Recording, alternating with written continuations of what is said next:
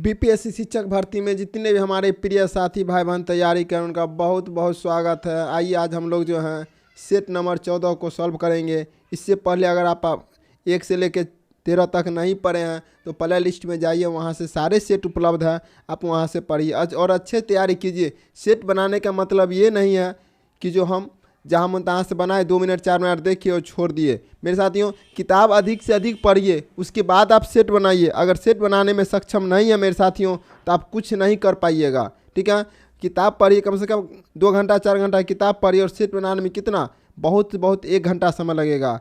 तो मेरे साथियों आइए सेट नंबर 14 को सॉल्व करते हैं और चलते हैं भाग 2 से चलते हैं, जिसमें क्वेश्चन नंबर 31 से स्टार्ट करेंगे। क्वेश्चन नंबर 31 भाग 2 में जो है सामान्य अध्ययन है, जिसमें 40 अंक का प्रश्न है और 40 अंक प्रश्न से हम स्टार्ट करेंगे, जिसमें कुछ मैथ दिया हुआ है। मैथ जो है क्वेश्चन नंबर 31 से स्टार्ट कर रहे हैं। तो आइए पहला क्वेश्चन है, 2 ट्रेन विपरीत दिशा में क्रमशः 60 किलोमीटर प्रति घंटा 25 किलोमीटर प्रति घंटा की चाल से चल रही है। दूसरे ट्रेन की गति पहले ट्रेन में बैठे व्यक्ति की सापेक्ष क्या होगा? तो इसका राइट जो आंसर हो जाएगा वो हो जाएगा उपयुक्त में से 5, इसमें से कोई नहीं। ऑप्शन नंबर इसका 5 बताता है कि उपयुक्त में से कोई नहीं है, लेकिन यह जो हो जाएगा 150 किलोमीटर प्रति घंटा हो जाएगा। ठीक है, ट्रेन में बैठे व्यक्तियों की सापेक्ष हो जाएगा 150 किलोमीटर प्रति घंटा। ठीक है, इसका राइट आंसर 150 किलोमीटर प्रति घंटा। क्वेश्चन नंबर अगला चलते हैं। कहता है राधा ने एक घड़ी 10% की हानि पर बेची। यदि उसने उस घड़ी को 120 रुपये अधिक में बेचा होता तो उसे 10% का लाभ होता। तो घड़ी का क्रय मूल्य ज्ञात कीजिए। घड़ी का क्रय मूल्य ज्ञात करना मेरे साथियों, इसका जो राइट आंसर हो जाएगा ऑप्शन नंबर 3, 600 रुपये। आगे चलते हैं। अगला क्वेश्चन है, राम और श्याम अकेले एक कार्य को क्रमशः 12 और 15 दिनों में पूरा कर सकते हैं। दोनों एक साथ उस कार्य को करना शुरू करते हैं तो 5 दिन बाद श्याम कार्य छोड़ देता है, तो शेष कार्य को राम अकेला कितने दिनों में पूरा कर सकेगा? राम अकेला कितने दिनों में पूरा कर सकेगा? तो वह जो है 3 दिन में अकेला पूरा कर सकेगा। इसका राइट आंसर हो जाएगा ऑप्शन नंबर 3। आगे चलते हैं। आगे क्वेश्चन कहता है 20 - 16 भागा ब्रैकेट दिया हुआ 25 भागा 5 - 2 गुने 12 - 20 का और भागा 2, और इसका कोष्ठ बंद कर जाएगा का मान ज्ञात करना है। इसका मान ज्ञात करना है तो इसका राइट आंसर क्या हो जाएगा? इसका जो मान ज्ञात करने पर इसका राइट आंसर हो जाएगा वो हो जाएगा 4, ऑप्शन नंबर 3। आगे चलते हैं। अगला क्वेश्चन है, एक परीक्षा में सही उत्तर पर 3 अंक दिए जाते हैं और प्रत्येक गलत उत्तर पर दंड स्वरूप 1 अंक काट लिया जाता है। एक विद्यार्थी ने 76 प्रश्न हल किए, उसे 144 अंक मिले। उस विद्यार्थी को कितने प्रश्न सही किए थे? मतलब 76 प्रश्न हल किए और इसमें 144 अंक मिले, तो उस विद्यार्थी ने कितने प्रश्न सही किए? इसका राइट आंसर क्या होगा? तो इसका राइट जो आंसर हो जाएगा ये हो जाएगा ऑप्शन नंबर 5, इनमें से कोई नहीं। लेकिन इसका राइट आंसर जो होगा ना 60 होगा, ना 53 होगा, ना 58 होगा। इसका जो राइट आंसर हो जाएगा ये हो जाएगा 55। ठीक है, 55 हो जाएगा। आगे चलते हैं। अगला क्वेश्चन कहता है, अगला क्वेश्चन है ए 11 23 और 17 का औसत 15 है और ए बी 12 और 25 का औसत 16 है, तो A/B का मान ज्ञात कीजिए। तो इसका जो राइट आंसर हो जाएगा वो हो जाएगा 1/2, इसका राइट आंसर। आगे चलते हैं। 12% वार्षिक ब्याज की दर से 1 लाख रुपये की राशि पर 18 माह के चक्रवृद्धि ब्याज और साधारण ब्याज का अंतर ज्ञात कीजिए, जबकि ब्याज को अर्धवार्षिक आधार पर चक्रवृद्धि ब्याज किया जाता है। तो इसका राइट जो आंसर हो जाएगा 1,11,01 रुपया 6 पैसा। ठीक है, इसका राइट आंसर हो जाएगा ऑप्शन नंबर 2। नेक्स्ट क्वेश्चन, किसी वस्तु की बिक्री के दौरान 12.5% लाभ और 10.5% हानि के बीच का अंतर 161 रुपये है। यदि अपेक्षित लाभ 19% है तो वस्तु का विक्रय मूल्य कितना होगा? तो वस्तु का विक्रय मूल्य कितना हो जाएगा? वो हो जाएगा 833 रुपये, ऑप्शन नंबर 1। अगला क्वेश्चन है,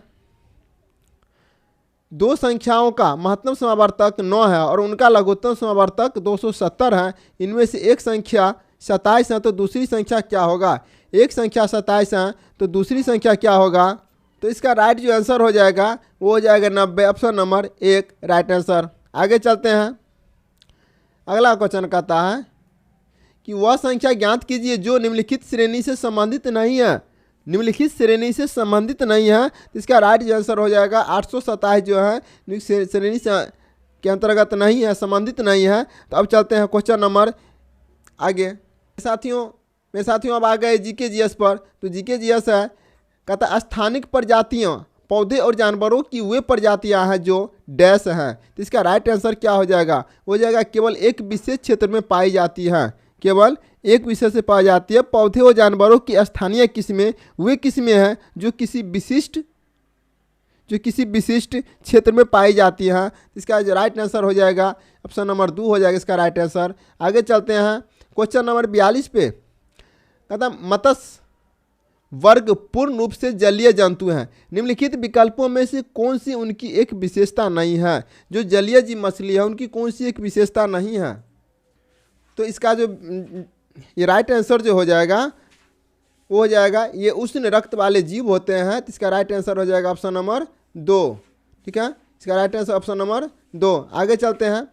आगे क्वेश्चन कहता है कि पादप को समूहों में विभाजित किया जाता है। निम्नलिखित विकल्पों में से कौन सा उसमें एक नहीं है, कौन सा उसमें एक नहीं है। तो इसका राइट आंसर हो जाएगा आर्थ्रोपोडा, ऑप्शन नंबर 1। अगला क्वेश्चन कहता है औरंगजेब के संबंध में निम्नलिखित में से कौन सा कथन गलत है। कौन सा कथन गलत है यहाँ पे कह रहा है। इसका जो राइट आंसर हो जाएगा वह शाहजहाँ और मुमताज़ महल का दूसरा पुत्र था। इसका जो राइट आंसर हो जाएगा ऑप्शन नंबर 3 हो जाएगा इसका राइट आंसर। ठीक है, आगे चलते हैं। आगे क्वेश्चन कहता है कि चंद्रगुप्त मौर्य वंश के संस्थापक थे। भारतीय इतिहास में उनके शासन के बारे में निम्नलिखित में से कौन सा कथन गलत है।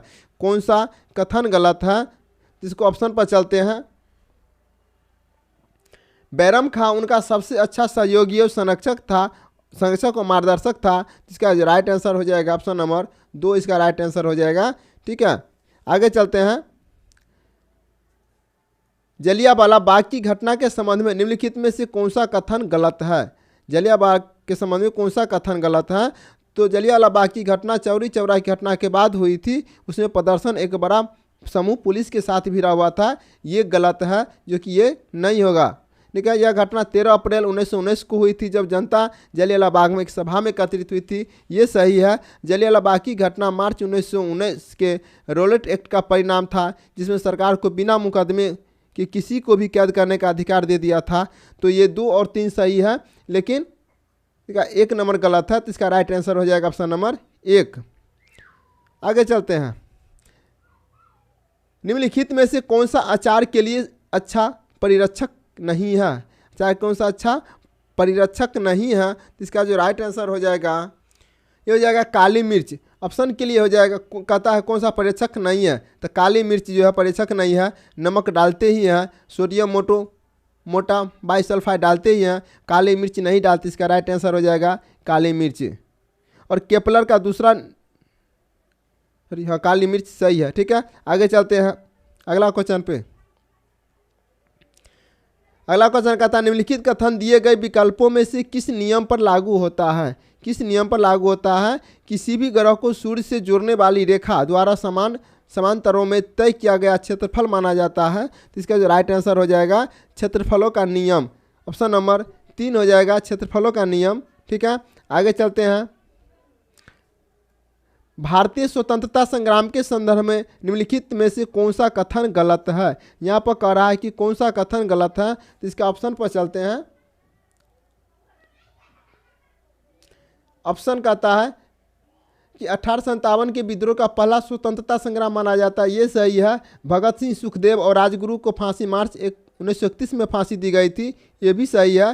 लेकिन शेख मुजीबुर्रहमान ने भारत के स्वतंत्रता संग्राम में महत्वपूर्ण भूमिका निभाई थी, ये गलत है। तो इसका राइट आंसर हो जाएगा ऑप्शन नंबर 3। आगे क्वेश्चन है हैदराबाद के चार मीनारी के संबंध में निम्नलिखित में से कौन सा कथन गलत है। इसमें भी कह रहा है कि कौन सा कथन गलत है। तो यह सर्वे फलक के अंत को चिन्हित करता है, ये भी सही। इसे 1591 में मोहम्मद कुली कुतुब शाह ने बनाया था, ये भी सही है। इसका मेराज कमरों की 4 मंजिलें और मेहराबों की दीर्घा को सहारा देते हैं। इसका राइट आंसर हो जाएगा ऑप्शन नंबर 3। ठीक है, अब चलते हैं अगला क्वेश्चन।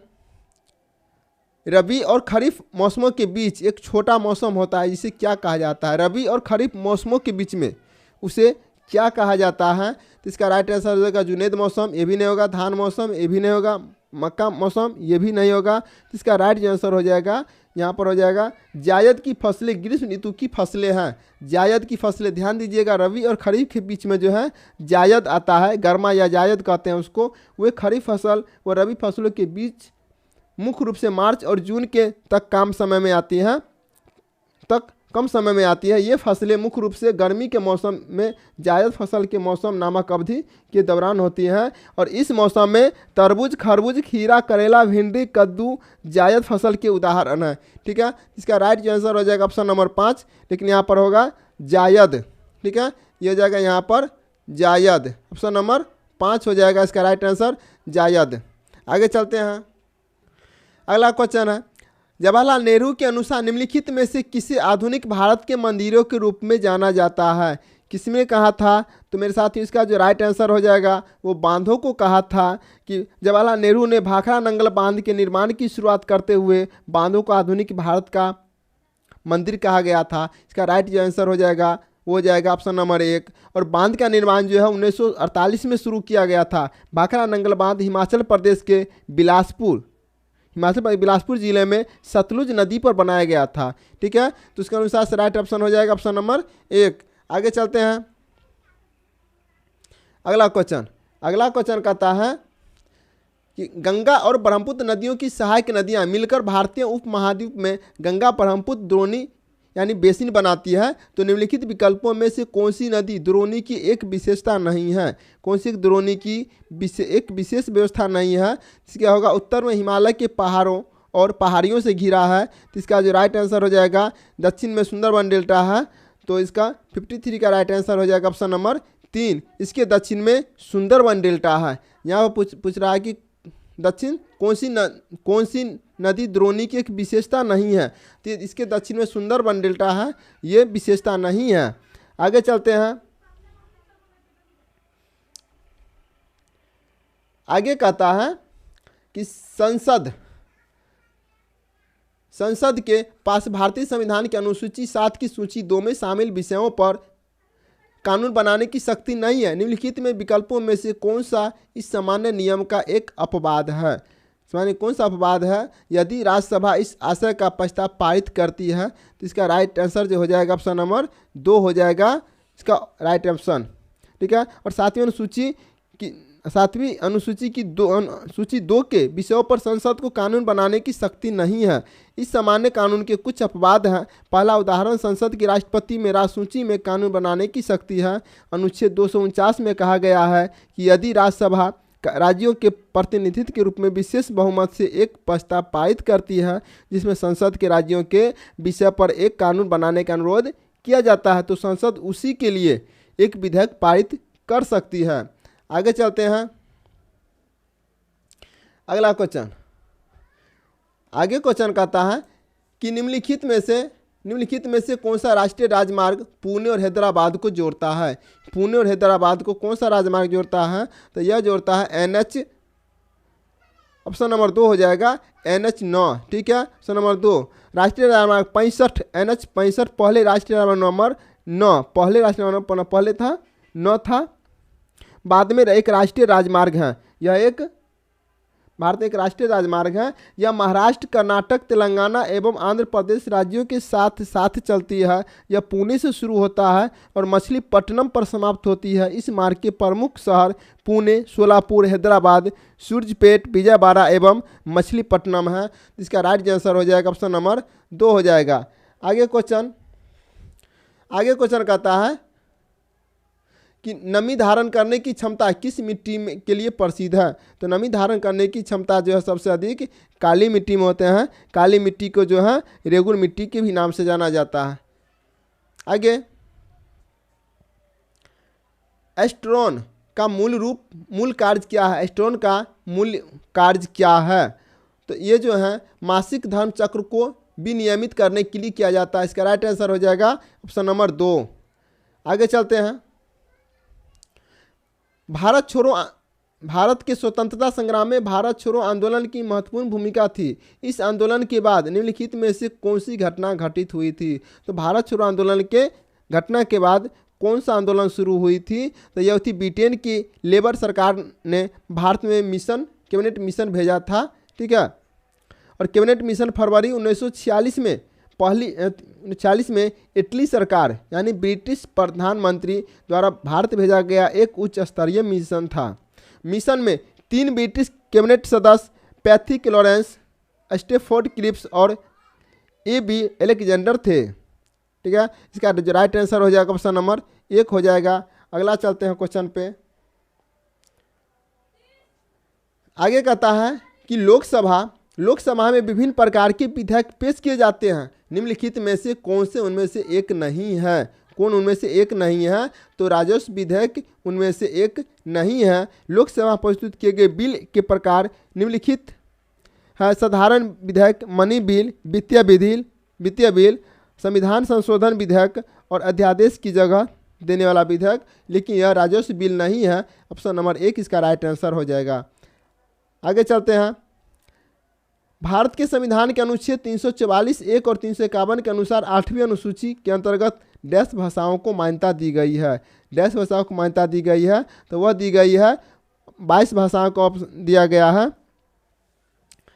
तो 22 भाषा, जो 8वीं अनुसूची में 22 भाषा शामिल है। असमिया, बंगाली, गुजराती, हिंदी, कन्नड़, कश्मीरी, कोंकणी, मलयालम, मणिपुरी, मराठी, नेपाली, उड़िया, पंजाबी, संस्कृत, सिंधी, तमिल, तेलुगु, उर्दू, बोरो, संथाली, मैथिली एवं डोगरी है। बोडो, डोगरी, मैथिली और संथाली को 2003 के 92 संविधान संशोधन द्वारा जोड़ा गया, जो 2004 में लागू हुआ। आगे चलते हैं। आगे क्वेश्चन कहता है कि राजा राम मोहन राय ने भारत के किस शहर में ब्रह्म समाज के नाम से एक सुधार संघ की स्थापना की थी, जिससे बाद में ब्रह्म समाज बना, मतलब के नाम से सुधार की स्थापना की गई थी। तो इसका जो राइट आंसर जो हो जाएगा वो हो जाएगा ऑप्शन नंबर 5। तो राजा राम मोहन राय ने 1828 में ब्रह्म समाज की स्थापना किया था, जिसे बाद में ब्रह्म समाज के नाम दिया गया। ठीक है, आगे क्वेश्चन। निम्नलिखित में से किस स्वतंत्रता सेनानी ने नौजवान भारत सभा की स्थापना की थी। तो इसका राइट आंसर क्या होगा। ये नौजवान भारत सभा की स्थापना 1926 में भगत सिंह ने की थी। कब किए थे।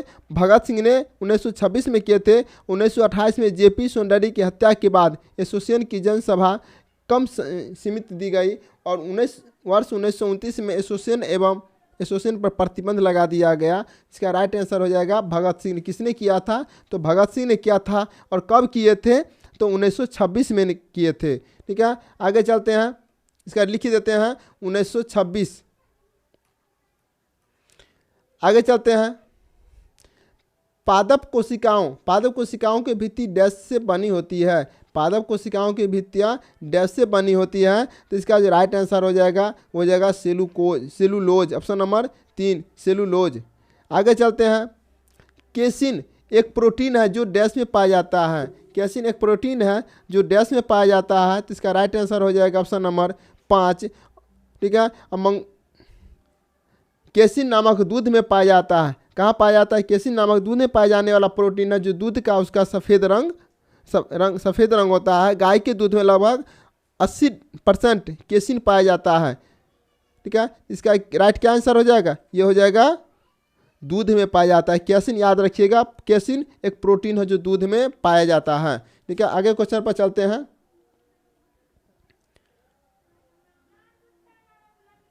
आगे क्वेश्चन है। मंगोलिया देश निम्नलिखित में से किस महाद्वीप में स्थित है। मंगोलिया देश किस महाद्वीप में स्थित है। तो मंगोलिया चीन रूस के बीच उत्तर मध्य एशिया में एक भूमि से घिरा हुआ है। यह देश बहुत शुष्क है जो प्रतिवर्ष केवल 4 इंच वर्षा प्राप्त करता है। तो इसका राइट आंसर हो जाएगा अंटार्कटिका। ठीक है, इसका राइट आंसर हो जाएगा अंटार्कटिका।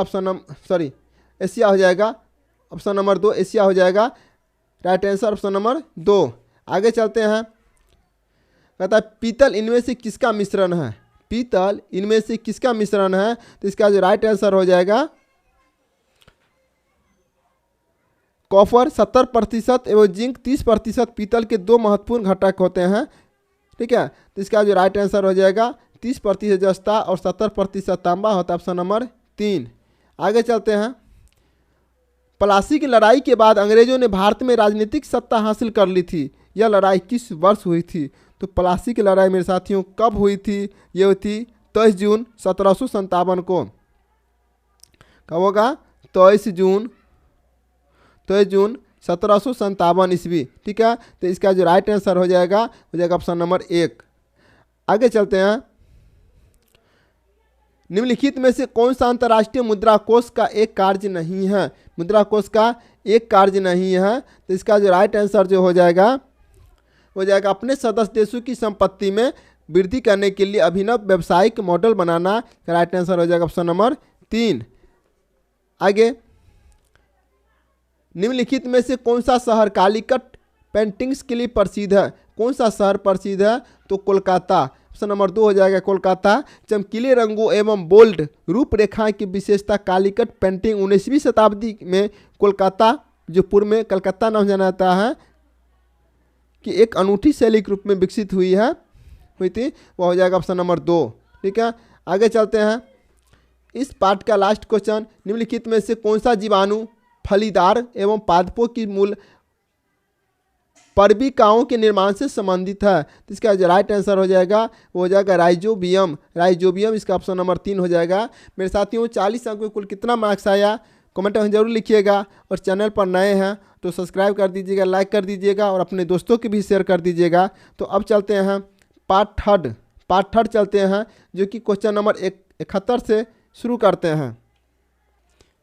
अगला क्वेश्चन कहता है कि नीचे दिए गए कथनों को ध्यानपूर्वक पढ़िए। मध्यकाल में शासकों द्वारा विभिन्न देवी देवताओं के प्रति अपना भक्ति भाव दर्शाने के लिए मंदिर बनवाए गए। मध्यकालीन भारत में मंदिर नृत्य, संगीत और मल्ल युद्ध जैसे सांस्कृतिक गतिविधियों का केंद्र था। इसका राइट आंसर क्या होगा।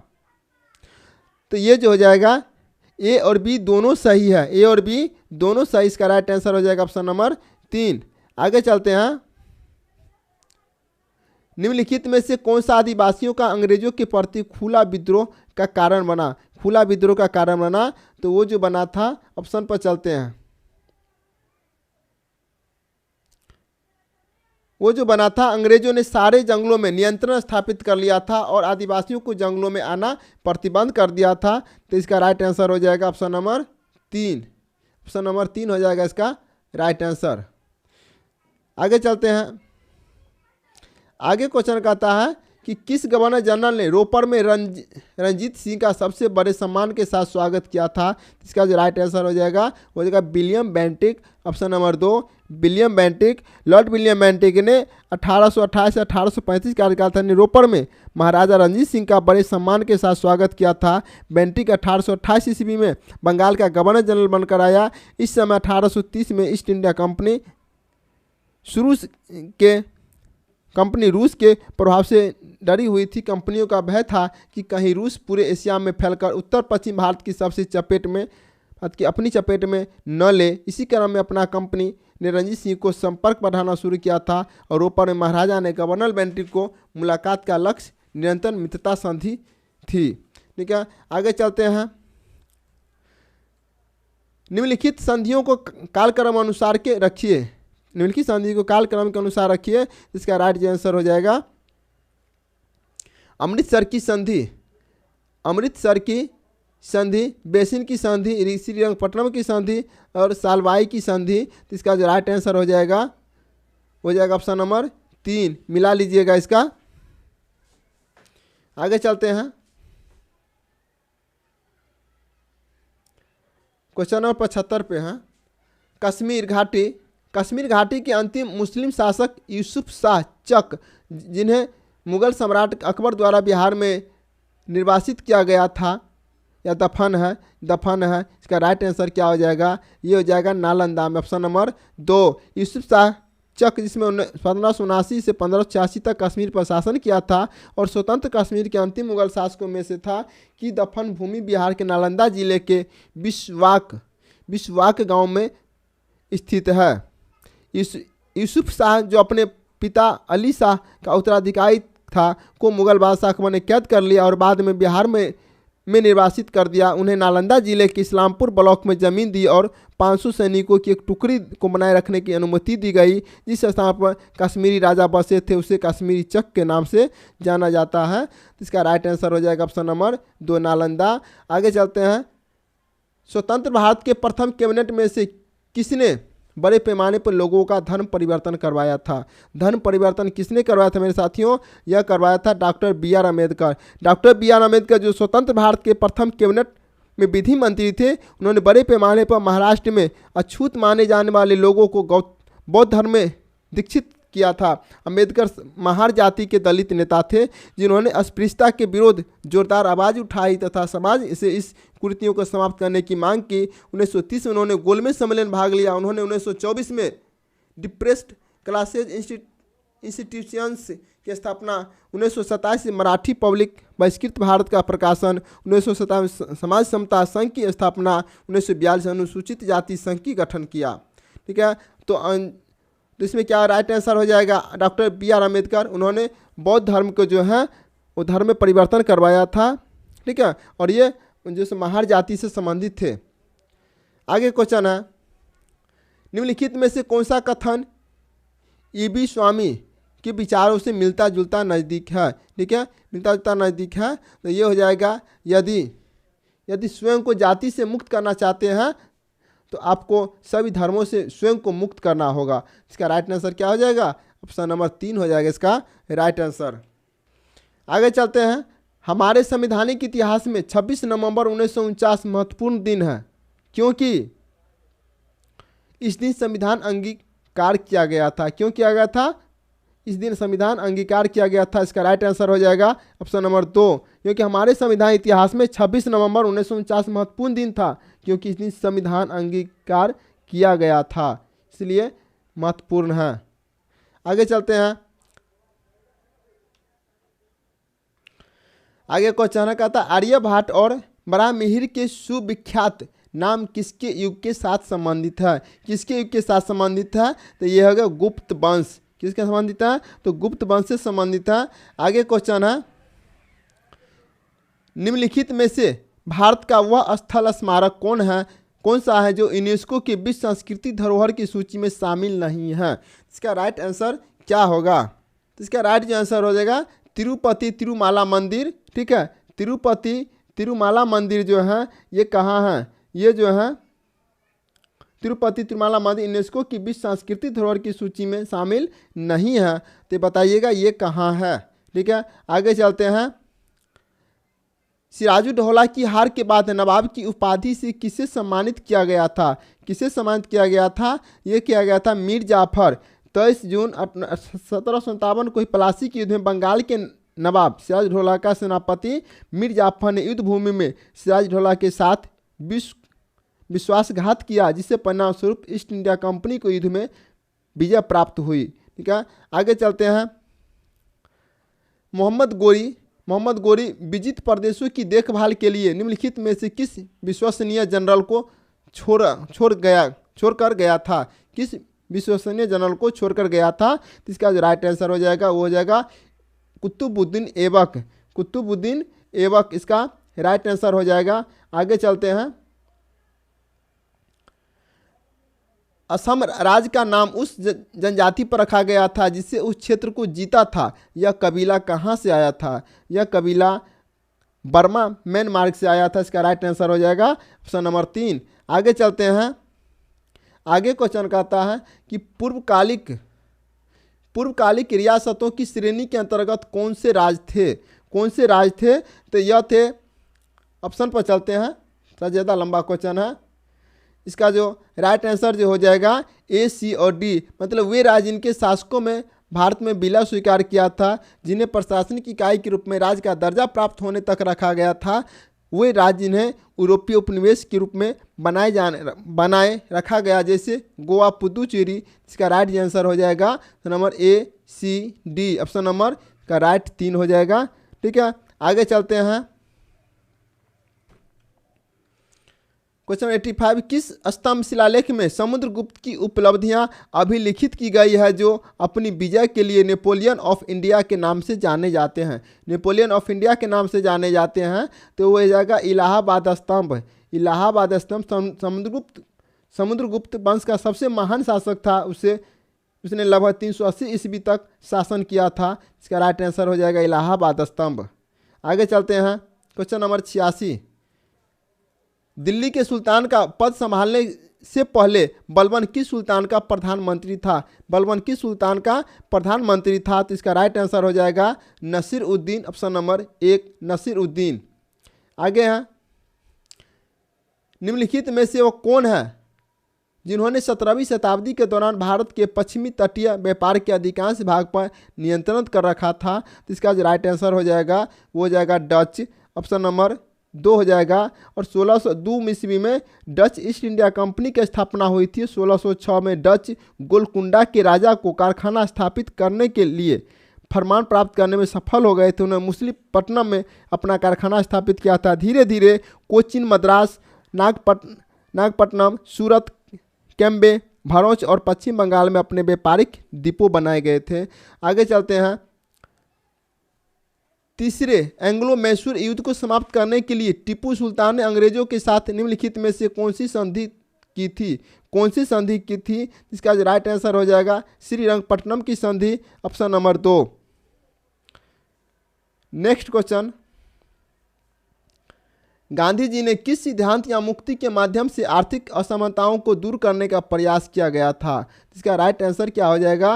वो हो जाएगा न्यासधारिता सिद्धांत। ऑप्शन नंबर 3, गांधी जी न्यासधारिता सिद्धांत के माध्यम से आर्थिक समताओं को दूर करने के पक्षधर थे तथा देश के आर्थिक विकासों के लिए लघु तथा कुटीर उद्योगों को महत्वपूर्ण मानते थे। ठीक है, इसका राइट आंसर हो जाएगा ऑप्शन नंबर 3।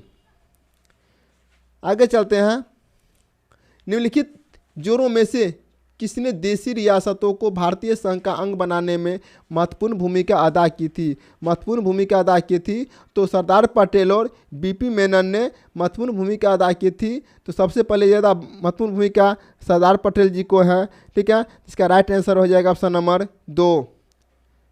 आगे चलते हैं।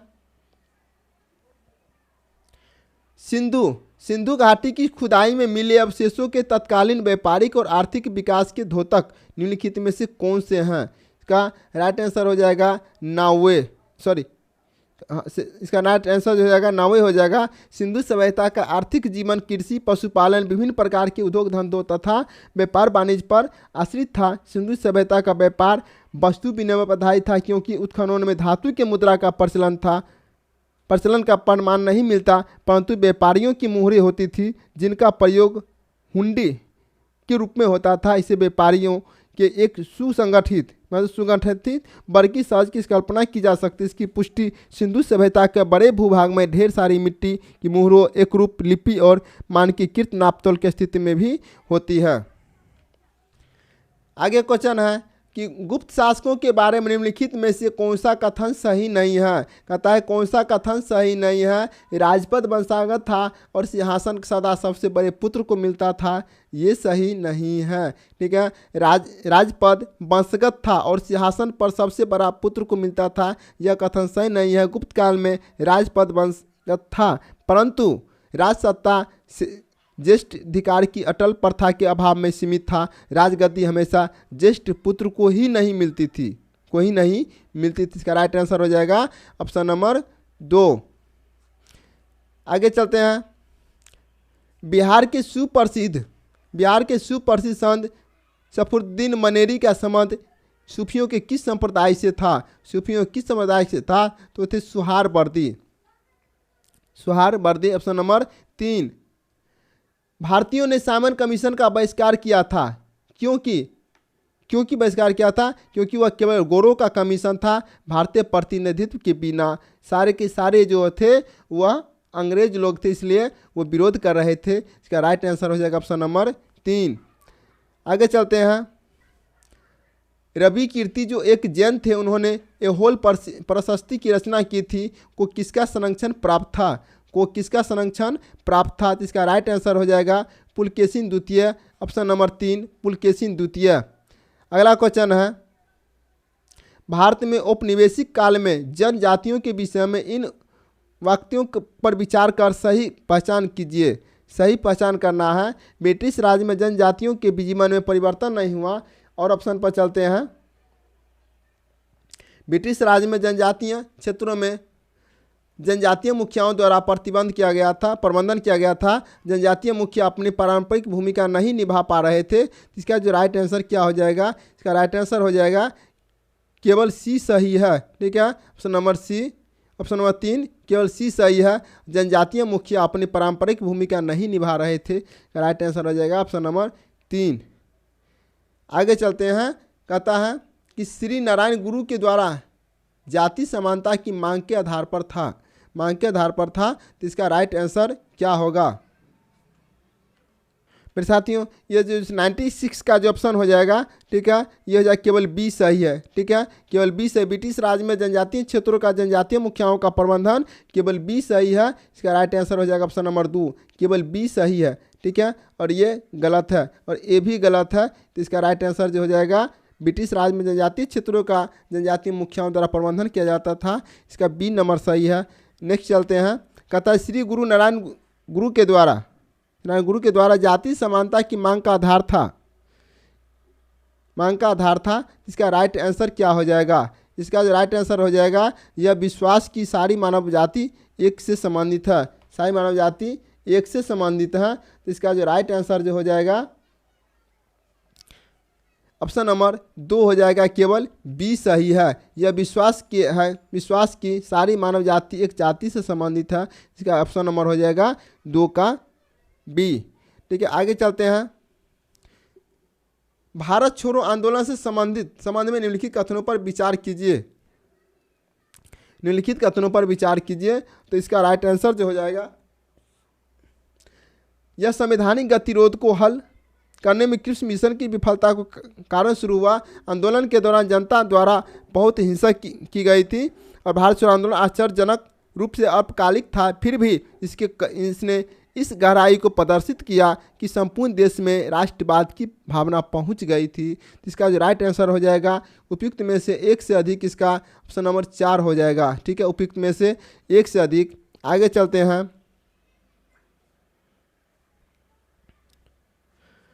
अगला क्वेश्चन है कि 1857 के विद्रोह के समय विदेशों में भी संयोग से कुछ ऐसी घटनाएं हुई जिसमें अंग्रेजों को गंभीर क्षति हुई थी, जिनके अपने मनोवैज्ञानिक प्रभाव थे।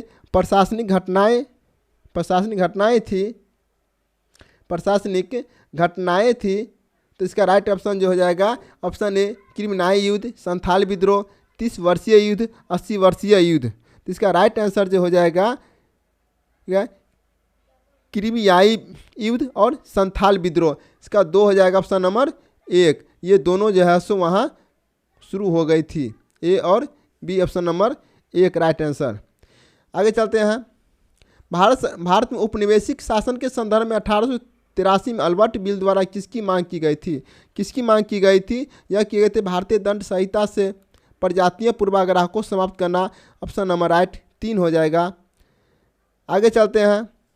एक विशेष प्रकार का कुआं जिसमें जल स्तंभ के दबाव के कारण पानी स्वतः एक छेद से भूपृष्ठ का उठ जाता था, उसे क्या कहा जाता था? उसे उष्णोत्सव कहा जाता था। इसका राइट आंसर हो जाएगा ऑप्शन नंबर 3। यह विशेष प्रकार के कुआं जिसमें जल स्तंभ के दबाव के कारण पानी स्वतः एक छेद से भूपृष्ठ पर उठ जाता था, उसे उष्णोत्सव कहते हैं। ऑप्शन नंबर इसका हो जाएगा 3। आगे चलते हैं। कहता है किसी खेत में सांप और गिद्ध चूहों को खा रहे हैं, यदि उसे खेत में जंगली कुत्तों को छोड़ दिया जाए तो तत्काल परिणाम क्या होगा? चूहों की संख्या में कमी हो जाएगी क्योंकि कुत्ते गिद्ध को खाने लगेंगे, फलस्वरूप सांप चूहों खाने लगेंगे। इसका जो राइट आंसर हो जाएगा ऑप्शन नंबर 3 हो जाएगा। ठीक है, चूहों की संख्या में कमी हो जाएगी। आगे चलते हैं। रेखांश की प्रत्येक डिग्री के लिए किसी जगह के स्थानीय समय में ग्रीनविच समय से कितना अंतर होता है? कितना अंतर होता है? तो यह होता है 4 मिनट का। देशांतर गोलों पर उत्तर दक्षिण की ओर खींची जाने वाली काल्पनिक रेखा है। देशांतर के आधार पर ही किसी स्थान का समय का ज्ञात होता है। 2 देशांतर रेखाओं के बीच की दूरी गौर के नाम से जाना जाता है। गौर कहे या गोरे के नाम से जानी जाती है। प्रत्येक देशांतर का अर्ध वृत्त होती है, वो अपने देशांतर के साथ मिलकर पूर्ण वृत्त बनाती है, जो पृथ्वी के 2 बराबर भागों में विभाजित करती है। इसकी कुल संख्या 360 है। कुल संख्या 360 है। चलते हैं क्वेश्चन नंबर नेक्स्ट पर। अगला क्वेश्चन कहता है कि भारत में निम्नलिखित में से वह फसल मौसम कौन सा है जो मई जून में शुरू होता है, जिसमें धान और ज्वार बाजरा आदि मुख्य फसलें उगाई जाती है? तो इसका राइट आंसर हो जाएगा खरीफ फसल। ऑप्शन नंबर 3 खरीफ फसल हो जाएगा। आगे क्वेश्चन है कि मैंग्रोव की खेती के लिए निम्नलिखित में से कौन सा क्षेत्र प्रसिद्ध है? मैंग्रोव की खेती के लिए कौन सा क्षेत्र प्रसिद्ध है? तो इसका जो राइट आंसर हो जाएगा ऑप्शन नंबर 2 हो जाएगा दक्षिणी 24 परगना का सजने खाली जंगल। सजने खाली जंगल है। ऑप्शन नंबर 2 इसका राइट आंसर हो जाएगा। ठीक है, आगे चलते हैं। आगे क्वेश्चन है कि निम्नलिखित में से किन भारतीय राज्यों में शीत ऋतु में पश्चिमी मौसम विक्षोभ के कारण वर्षा होती है? तो इसका राइट आंसर हो जाएगा पंजाब और हरियाणा। ऑप्शन नंबर 1 पंजाब और हरियाणा। आगे चलते हैं। किस हवा को 40 डिग्री पर गरजते हुए चालीसा 50 डिग्री पर उग्र ऊर्ध्व शतक और 60 अक्षांश पर चीखती साठा के रूप में रूप में जाना जाता है? इसका जो राइट आंसर हो जाएगा वो हो जाएगा पछुआ हवाएं। ऑप्शन नंबर 3 हो जाएगा पछुआ हवाएं। पछुआ हवाएं व्यापार विरोधी या प्रचलित पछुआ हवाएं 30 डिग्री और 60 डिग्री अक्षांशों के बीच मध्य अक्षांशों में पश्चिम से पूर्व की ओर प्रचलित हवाएं हैं। पश्चिम से पूर्व की ओर प्रचलित हवाएं हैं। ये है गरजती चालीसा, प्रचंड 50 तथा चीखती 60 कहा जाता है। आगे क्वेश्चन है फसल चक्र अपनाने से क्या होता है? फसल चक्र अपनाने से जो है भूमि की उत्पादन क्षमता बढ़ जाती है। भूमि की उत्पादन क्षमता बढ़ जाती है। अगला क्वेश्चन है निम्नलिखित में से कौन सी जगह भारत में जैव विविधता के लिए प्रमुख स्थल हॉट स्पॉट है? कौन सा प्रमुख हॉट स्पॉट है? तो ये हो जाएगा पश्चिमी घाट। ऑप्शन नंबर 1 पश्चिमी घाट। आगे चलते हैं क्वेश्चन नंबर 110। ज्वालामुखी के संबंध में कौन सा कथन गलत है? ज्वालामुखी संबंध में कौन सा कथन गलत है? ज्वालामुखी विश्व के सबसे आकर्षक पर्यटन स्थल है, ये गलत है। ज्वालामुखी पदार्थ मिट्टी की उर्वरता को समृद्ध करते हैं। गर्म ज्वालामुखी क्षेत्र ज्वारीय ऊर्जा को उत्पन्न करने में मदद करती हैं, लेकिन ज्वालामुखी जो है विश्व के सबसे आकर्षक पर्यटन स्थल है, ये गलत है। आगे चलते हैं क्वेश्चन नंबर 111। क्वेश्चन कहता है निम्नलिखित को मिलान कीजिए। कलम 1 और कलम 2 को मिलान करना है। तो यहाँ पर टिहरी बांध कहाँ है? तो टिहरी बांध जो है भागीरथी नदी पर है। हीराकुंड बांध जो है महानदी पर, हीराकुंड बांध महानदी पर है। नागार्जुन सागर बांध जो है कृष्णा नदी पर है। इंदिरा गांधी नहर ये हो जाता है सतलुज नदी पर।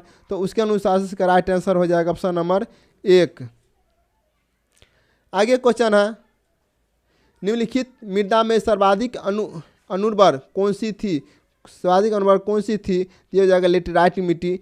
ये सभी प्रकार की मृदाओं में लेटेराइट मृदा सर्वाधिक अपक्षीण और अनुर्वर होती है। तीव्र निक्षालन और न्यून क्षारण विलियम क्षमता के कारक लेटेराइट मिट्टी सामान्यतः अनुर्वर होती है। फसल उत्पादन दृष्टि से इस मृदा का महत्व कम है। ठीक है, आगे चलते हैं।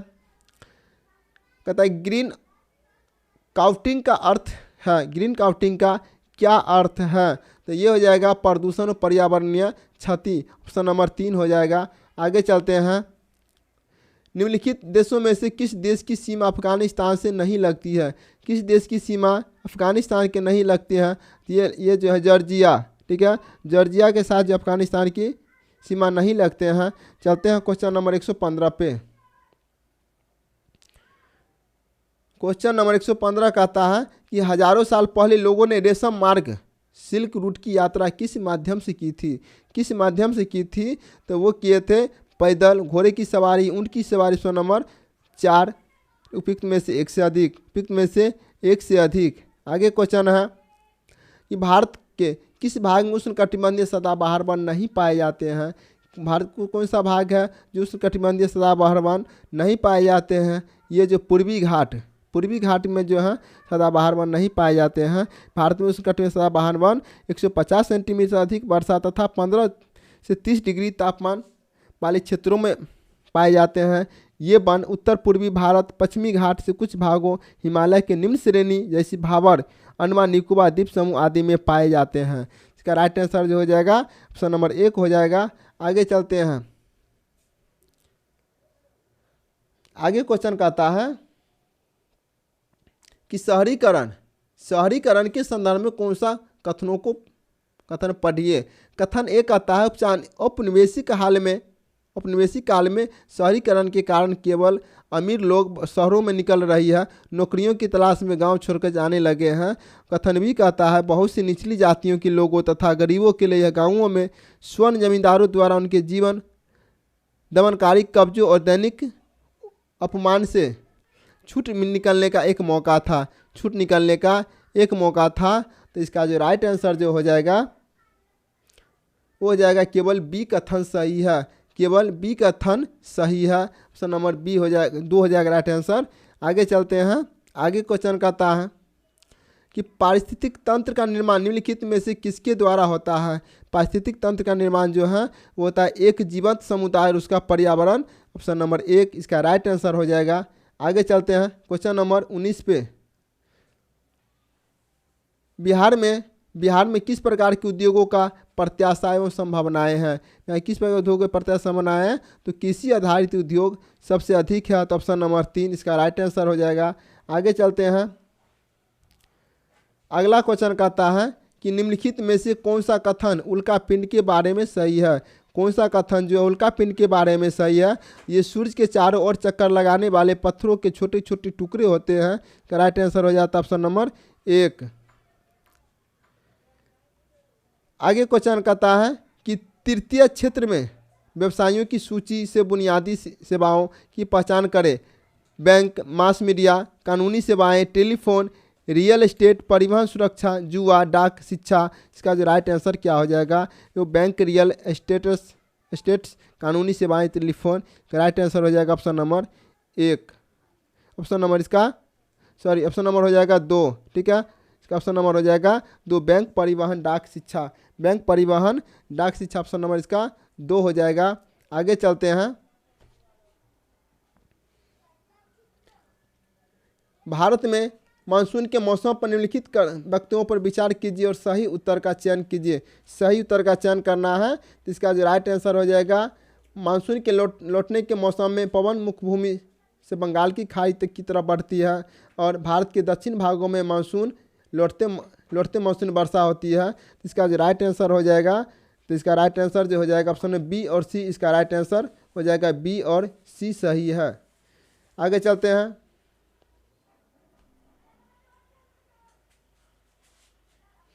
अगला क्वेश्चन है निम्नलिखित में से खनिजों का कौन सी विशिष्टताएं हैं? इसका राइट जो आंसर हो जाएगा वो हो जाएगा केवल ए और डी सही है। वे बिना किसी मानवीय हस्तक्षेप के प्राकृतिक प्रक्रियाओं के द्वारा निर्मित होते हैं और कुछ खनिज दुर्गम क्षेत्रों में पाए जाते हैं। तो इसका राइट जो आंसर हो जाएगा वो हो जाएगा 2 नंबर, केवल ए और डी सही है। आगे चलते हैं। Question number 124। जैविक कृषि के संदर्भ में निम्नलिखित कथनों पर विचार कीजिए और सही विकल्प का चयन कीजिए। इसका राइट जो आंसर हो जाएगा ये पशु खाद प्रयोग किया जाता है और प्राकृतिक कीटनाशकों का उपयोग किया जाता है। इसका राइट जो आंसर हो जाएगा ऑप्शन नंबर 3 हो जाएगा, ए और सी सही है। आगे चलते हैं। निम्नलिखित में से कौन से कथन भूमध्यसागरीय वनस्पति के संदर्भ में सही है? भूमध्यसागरीय वनस्पति संबंध में जो है इन क्षेत्रों में आमतौर पर संतरा, अंजीर और अंगूर जैसे नींबू वंश के पैदल फल पैदा किए होते हैं और यहाँ वन्य जीव कम होते हैं। तो इसका राइट जो आंसर हो जाएगा वो हो जाएगा ए और सी सही है। ए और सी सही है। 125 का ए और बी और सी सही है। बी और केवल बी और सी सही है। इसका राइट आंसर हो जाएगा बी और सी। आगे चलते हैं। अगला क्वेश्चन कहता है कि ज्वार भाटा के संदर्भ में निम्नलिखित कथनों पर विचार कीजिए और सही विकल्प का चयन कीजिए। तो इसका जो राइट आंसर जो हो जाएगा जब चंद्रमा और पृथ्वी एक सीधी रेखा में होती है तो ऊंची ज्वार होता है, और जब सूर्य एवं पृथ्वी की गुरुत्वाकर्षण बल विपरीत दिशाओं को महासागरीय जल पर पड़ता है तब निम्नतम ज्वार भाटा होता है। इसका जो राइट आंसर हो जाएगा ए और बी दोनों सही है। ए और बी दोनों सही है। आगे क्वेश्चन कहता है कि कथन भारत की समृद्धशाली देश जिसमें गरीब लोग निवास करते हैं का तात्पर्य है देश में मूल्यवान विस्तृत संसाधन है लेकिन उनका उचित प्रकार से दोहन नहीं हुआ है। का राइट आंसर हो जाएगा ऑप्शन नंबर 3। आगे चलते हैं। आगे क्वेश्चन कहता है कि निम्नलिखित में से कौन से कारक प्रवास को प्रभावित करने वाले प्रतिकर्ष कारक है। तो इसका जो राइट आंसर हो जाएगा स्वास्थ्य की खराब सुविधाएं और अच्छे शैक्षणिक संस्थानों की अनुपस्थिति। इसका राइट आंसर हो जाएगा ऑप्शन नंबर 2। ऑप्शन नंबर 2 हो जाएगा इसका राइट आंसर। आगे क्वेश्चन है कि खाद्य सुरक्षा से अभिप्राय है।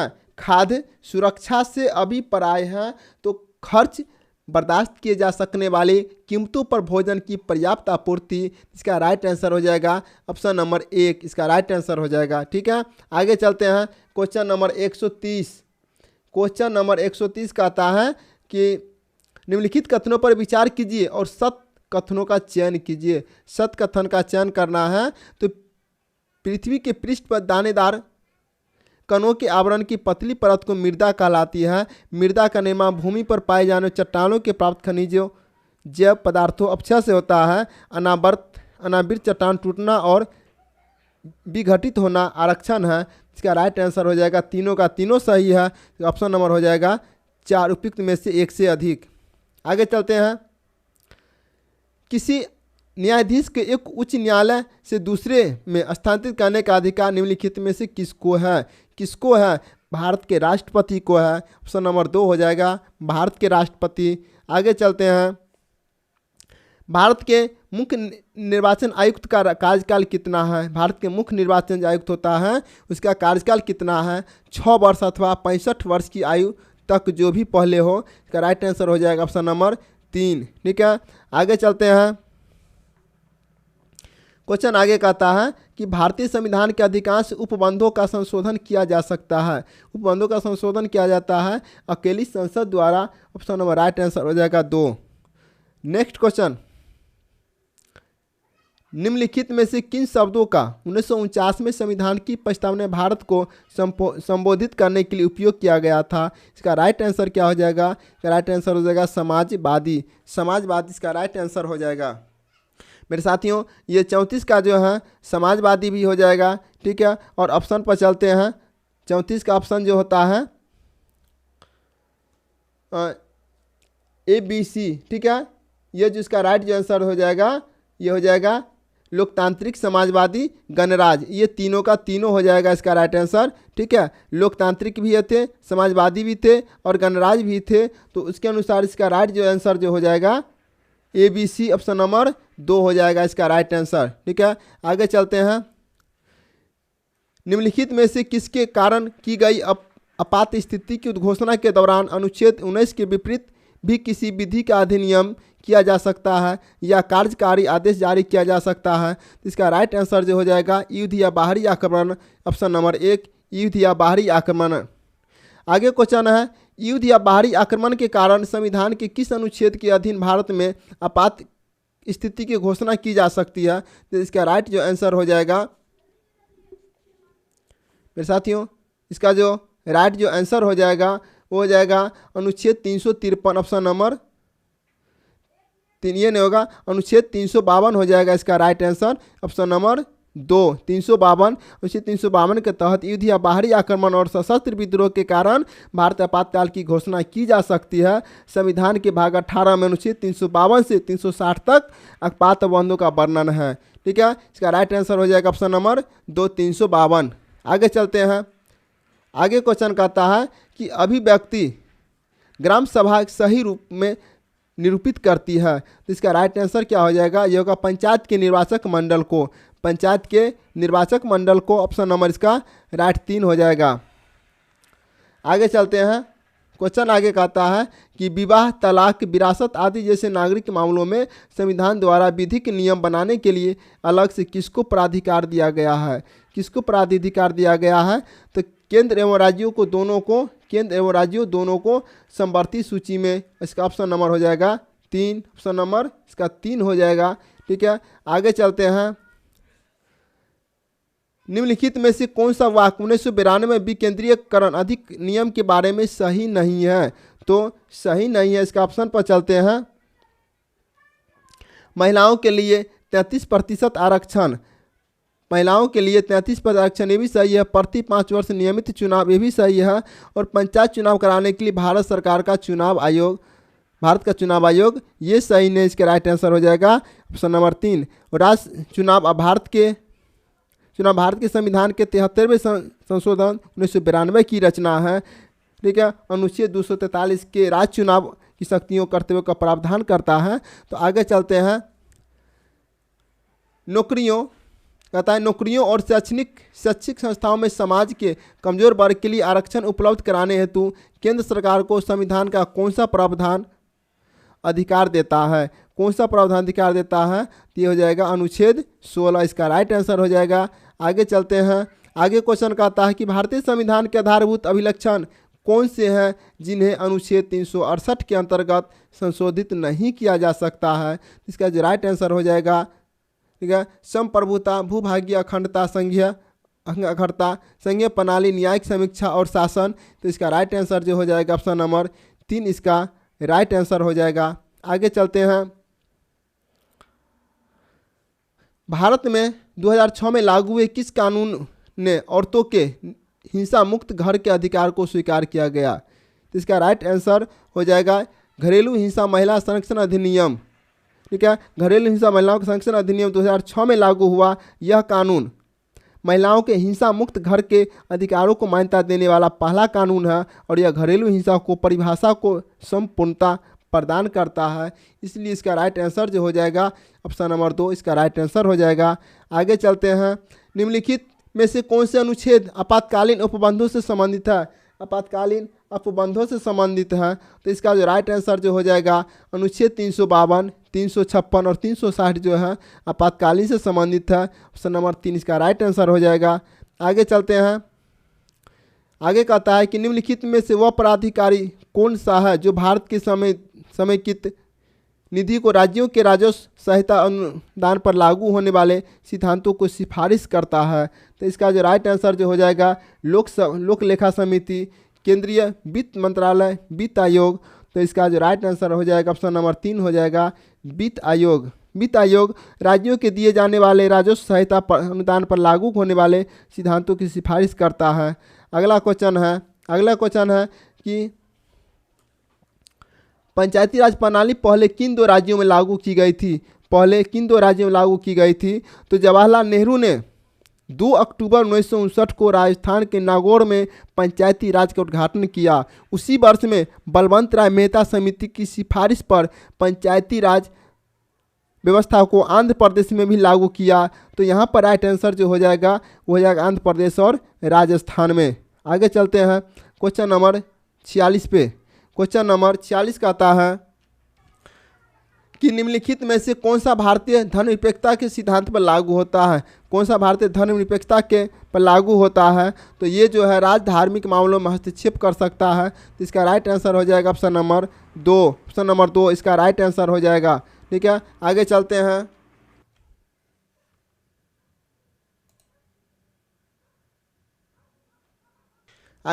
कहता है कि निम्नलिखित पदांशों में रिक्त स्थानों को पूर्ति करे। प्रति डैश वर्ष में पंचायती चुनाव होते हैं, चुने हुए प्रतिनिधि पंच कहलाते हैं। पंचायती राज व्यवस्था सबसे छोटी इकाई डैश है जिसमें पंचायत क्षेत्र के सभी बेशक बैठक करते हैं। तो इसका राइट आंसर क्या होगा? तो इसका राइट जो आंसर हो जाएगा जो प्रति 5 वर्ष पर जो है पंचायत चुनाव होते हैं, और जो पंचायती राज सबसे छोटी इकाई जो होते हैं वो होते हैं ग्राम सभा। ऑप्शन नंबर इसका राइट जो हो जाएगा 3 हो जाएगा। ठीक है, 3 हो जाएगा इसका राइट। मतलब जो प्रत्येक 5 वर्ष पर ग्राम पंचायत चुनाव होते हैं और सबसे छोटी इकाई जो होता है ग्राम सभा होता है। अगला क्वेश्चन है कि चुनाव आयोग किस अनुच्छेद के अंतर्गत स्थापित किया गया है? चुनाव आयोग किस अनुच्छेद के अंतर्गत स्थापित किया गया है? तो अनुच्छेद 324 के तहत स्थापित किया गया है। इसका राइट आंसर हो जाएगा अनुच्छेद 324 ऑप्शन नंबर 3। आगे क्वेश्चन है कि निम्नलिखित में से किसका संबंध उच्चतम न्यायालय की सलाहकार आधारित पर अधिक कार्य पर होता है? इसका जो राइट आंसर हो जाएगा ये हो जाएगा 1 2 3 4, इसके 3 दिया है, यहाँ पर 4 होगा। ठीक है, यहाँ पर 3 होगा, यहाँ पर 4 दे दिया है। तो उच्चतम न्यायालय की राय मांगने वाले संसदीय अध्यक्ष, उच्चतम न्यायालय से राय मांगने वाले निर्वाचन आयोग, कानून अथवा तथ्यों के बारे में मांगने वाले भारत के राष्ट्रपति। तो इसका जो राइट आंसर जो हो जाएगा भारत के संविधान के अनुच्छेद 143 के अंतर्गत भारत के राष्ट्रपति द्वारा विशिष्ट रूप से सर्वोच्च न्यायालय को सौंपे गए मामलों की सुनवाई के लिए सर्वोच्च न्यायालय में एक विशेष सलाहकार न्यायालय का प्रावधान किया गया है। तो इसका राइट आंसर जो हो जाएगा ऑप्शन नंबर 3 हो जाएगा। इसका राइट आंसर कानून अथवा तथ्यों के बारे में राय मांगने वाले भारत के राष्ट्रपति हैं। अब चलते हैं क्वेश्चन नंबर 150 और इस सेट का आखिरी क्वेश्चन है। मेरे साथियों बताइएगा कि 120 में कुल कितना मार्क्स आया, कुल कितना मार्क्स आया। और चैनल पर नए हैं तो सब्सक्राइब कर दीजिएगा, लाइक कर दीजिएगा और अपने दोस्तों को भी शेयर कर दीजिएगा। तो चलते हैं क्वेश्चन नंबर 150 इस सेट का लास्ट क्वेश्चन। भारतीय संविधान का अनुच्छेद 51A नागरिकों के मौलिक कर्तव्य से संबंधित किस संविधान संशोधन से इसे लाया गया है? किस संविधान संशोधन से लाया गया है? तो यह लाया गया 42वां संविधान संशोधन 1976 में स्वर्ण सिंह समिति की सिफारिशों के आधार पर 1976 में 42वें संविधान संशोधन द्वारा नागरिकों का मौलिक कर्तव्यों के संविधान में शामिल किया गया था और हमें मौलिक कर्तव्य संख्या 10 था। 2002 में 86वें संविधान संशोधन द्वारा मौलिक कर्तव्यों की संख्या 11 कर दिया गया है। इसका राइट आंसर हो जाएगा ऑप्शन नंबर 2 42वां संविधान संशोधन। ठीक है, तो मेरे साथियों अच्छे से बनाइएगा और कमेंट बॉक्स में बताइएगा कि कुल 120 अंक में कुल कितना मार्क्स आया। तो बस आज के लिए इतना ही, और पीछे वाला क्लास नहीं देखे हैं तो प्ले लिस्ट से जाइए और वहाँ से सारे क्लास रुक्मिणी किरण सारे PDF वीडियो उपलब्ध है, वहाँ पर जाइए आप देख लीजिए। तो बस आज के लिए इतना ही, अगले क्लास मिलेंगे। जय हिंद, वंदे मातरम।